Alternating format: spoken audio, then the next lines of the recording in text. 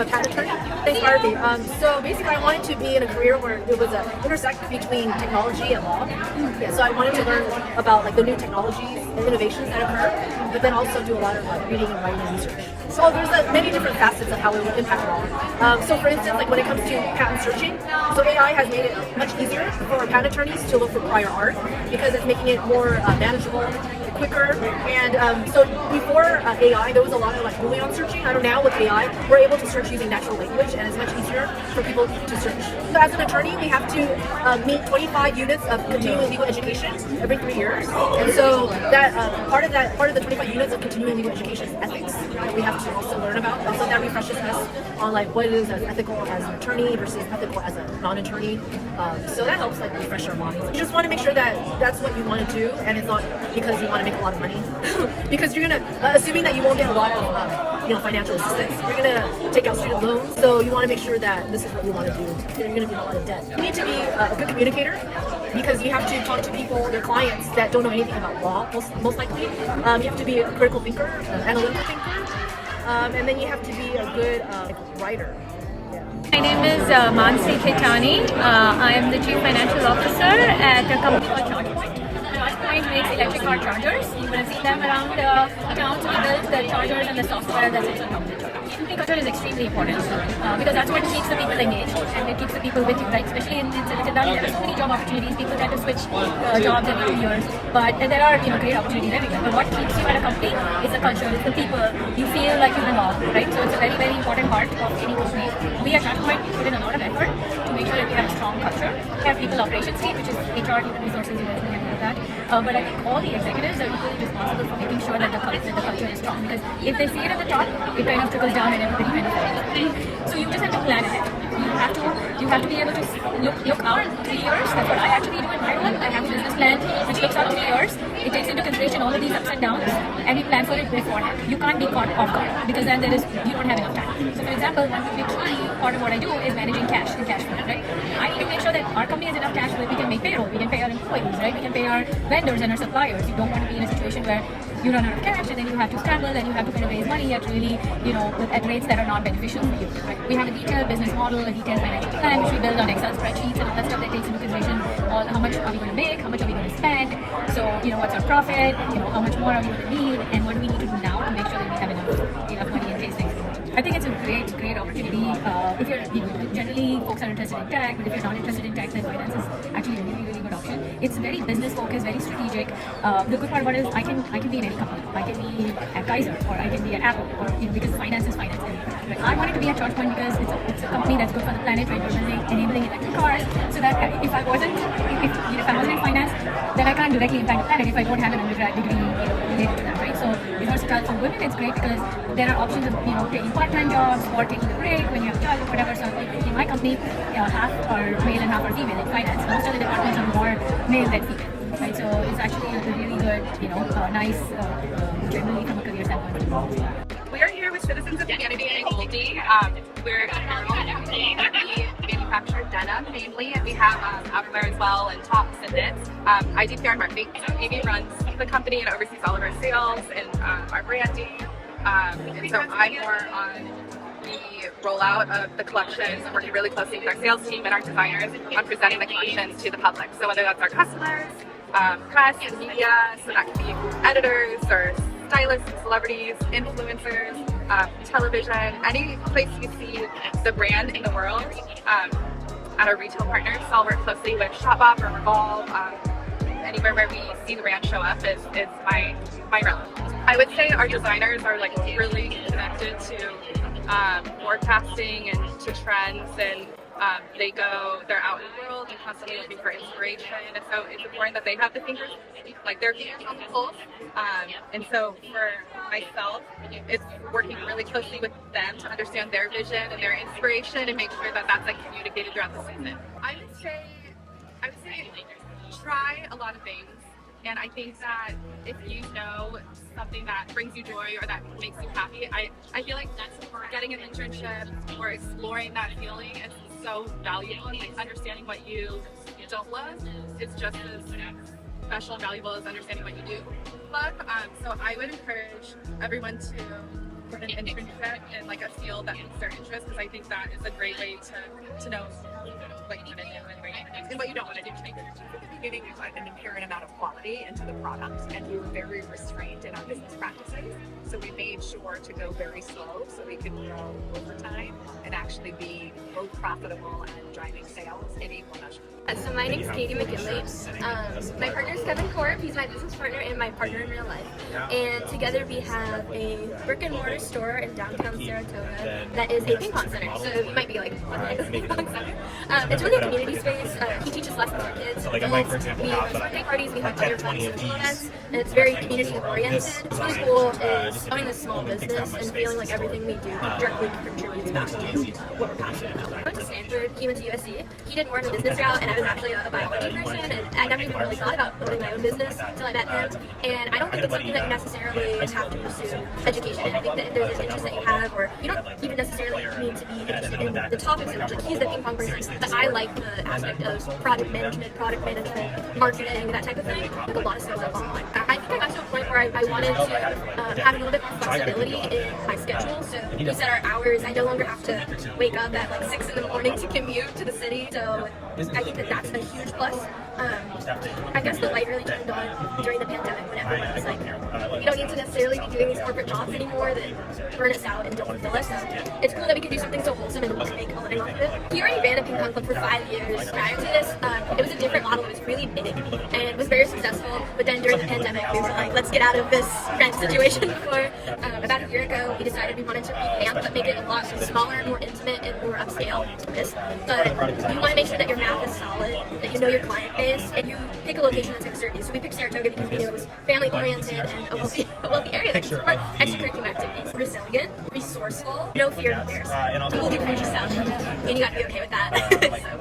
So basically, I'm a parent here. I have a kid here, and basically, my career path is interesting. I graduated from UC Davis for Master of Computer Science many years ago, and then I went to Morgan Stanley and Merrill Lynch as financial advisor. And after many years, I find that I'm more interested in basically becoming independent. So right now, I'm an independent financial planner and an insurance planner. So we focus on tax planning. So for example, California is going to charge the extra long-term care tax if you do not have your own long-term care plan. Okay? So you want to actually notify your parents, because this taking care of the parents in the future is going to be part of your job, right? So basically you want to plan ahead so they have enough money, enough good care for your parents, because in the future you may have your own family to care, right? So that's why I think that to raise up the long-term care awareness, to help them plan ahead to avoid long-term care tax, and also plan ahead for estate tax exemption reduction is important, because at the end of 2025 the estate tax exemption is maybe go half. Okay, that means that people potentially can end up paying much more long-term care tax for a lot of high net worth families. So we help people. We have different trust structure, and we can help people to reduce the long-term care tax and the estate tax as well. And also, we offer medical insurance for seniors. So especially for people who have immigrant parents. Okay, if they buy directly on the full price health insurance, they might need to pay $2,000 monthly. But we can help them to actually apply for some government-sponsored program. We can reduce their monthly premium only to $2, and they get a great plan, even a better plan than Google. Okay, even my own career path, I just think that it's going to be your career maybe goes through a lot of different transactions, and just follow your heart and focus on what you really want to do for yourself, and what ways you want to help other families as well. So and the community as well. Kathleen Bautista. I'm an occupational therapist certified at Cybersecurity. That's a good question. I guess it's a learned skill over the years. So I've been practicing for 4 years.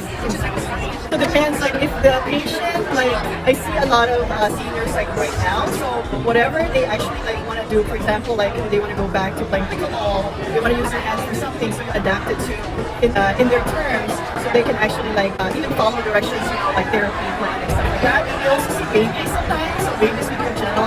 So those are actually fun, okay, but then it's you have to adapt, how the kid is gonna cry. Hopefully you can actually do your management within that time frame.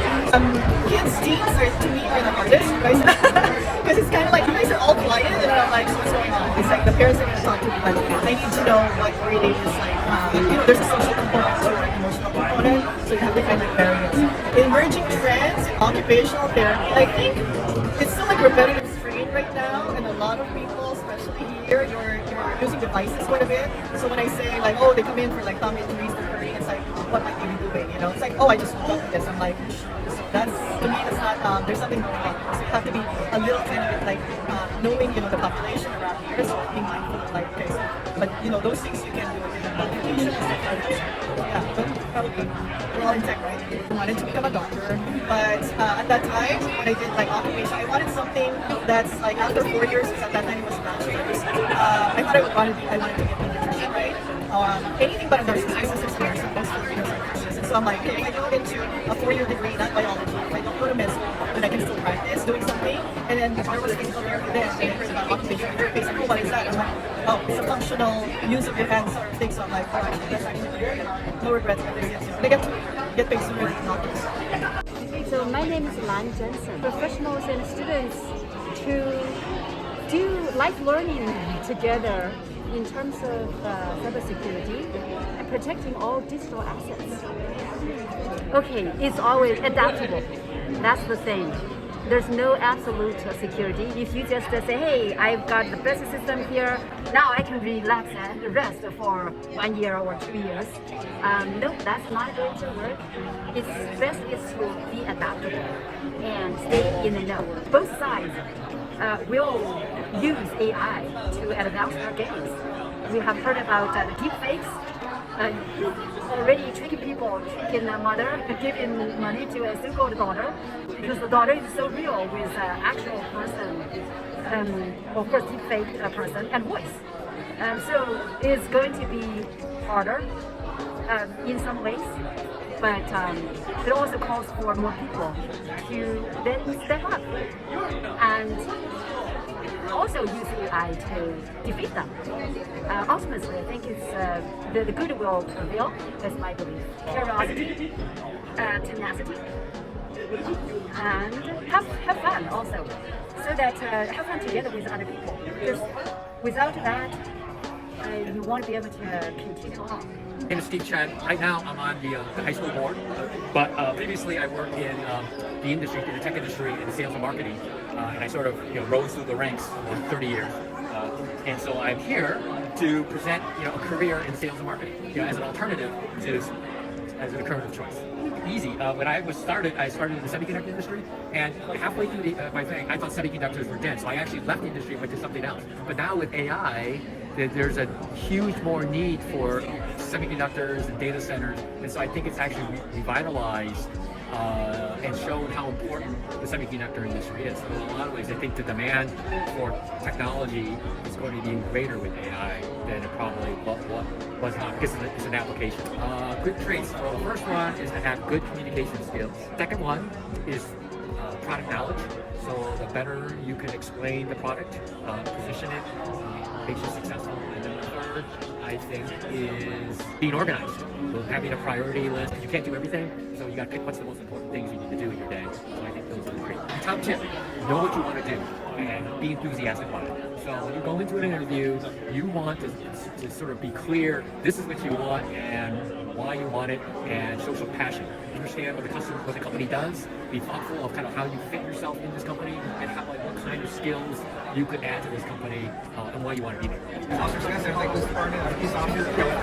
Caity, San Jose Police Department. I love public safety. I came from the military and I have a desire to serve in public safety, so that's what we're attracted to me. And also I want to do something that's not stagnating, that's ever changing, something that's a public necessity for society. I was raised within the San Jose Police Department. My father was a sergeant here. After the military, I became a fireman and then wanted to continue my public service and moved over to San Jose Police Department. That's one, the camera.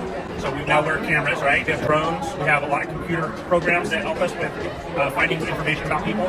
So it allows us, it expands our search, social media.